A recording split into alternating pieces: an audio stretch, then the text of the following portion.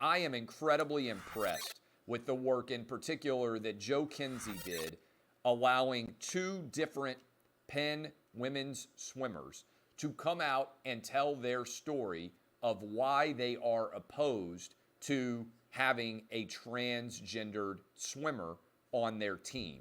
And I just want to read a couple of quotes here, one in particular that I thought was sad, but also emblematic of why this story matters in the larger context.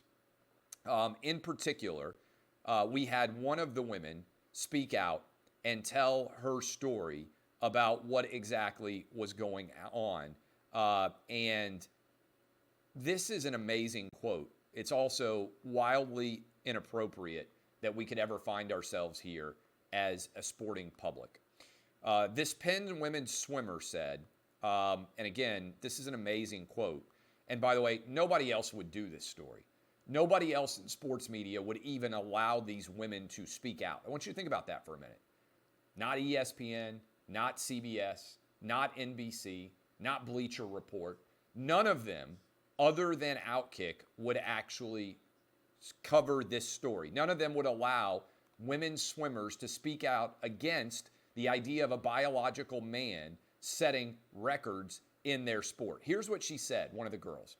When I have kids, I kind of hope they're all boys, because if I have any girls that want to play sports in college, good luck. Their opponents are all going to be biological men saying they're women. Right now we have one, but what if we had three on the team? There'd be three less girls competing. Think about how sad that is. This Penn women's swimmer who loves swimming and has been training for over 20 years, basically, to be a great swimmer, is concerned that if she has daughters, they won't be able to excel in sports. Now, look, there are a lot of different organizations out there that spend a lot of time on the intersection of sports and culture. How come nobody at ESPN has even mentioned this story? Think about that. How come not one person at ESPN has had a real, thoughtful, original discussion about this? I'll tell you, because they're afraid of being branded transphobic. This is a direct assault upon women's athletics.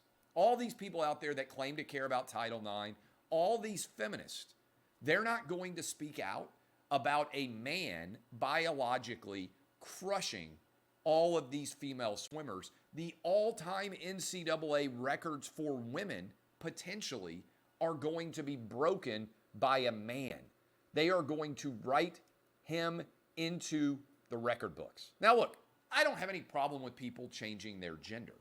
But the reason why we separate men's and women's athletics is because men are bigger, stronger, and faster than women. So how in the world can we justify, as anyone out there who supports sporting competitions at all, how in the world can we justify men crushing, biological men, crushing the records of women and being allowed to compete against them? This represents the death of female athletics. Because if we didn't separate male and female athletics, if we just had unisex competitions, women would not be able to ever make teams. They wouldn't get scholarships. They wouldn't be able to play at all because male athletes are far better. Well, how is allowing male athletes to identify as women and compete against them remotely supportive of Title IX or feminism? You know, I say I'm a feminist all the time, and what I mean by that is I believe that everybody should be treated the exact same.